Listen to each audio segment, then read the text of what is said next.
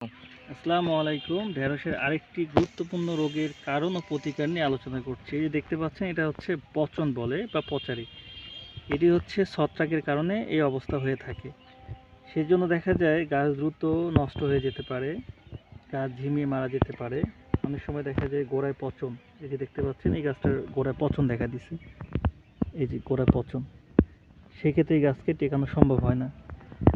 সেজন্য স্প্রে দিতে হবে অটো কোম্পানির অটো স্টিন, ম্যাকডোনাল্ডের নুইন ইনথিফায়ার কাফা 16 লিটার পানিতে 33 গ্রাম হারে। প্রথম স্প্রে দেওয়ার পর 5 থেকে 7 দিন পর স্প্রে দিবেন পুনরায়। ইনশাআল্লাহ এই সমস্যা থাকবে না। তবে মনে রাখতে হবে, স্প্রেটা বিকেলে দিতে হবে এবং গাছের গোড়া পর্যন্ত ভিজিয়ে দিতে হবে।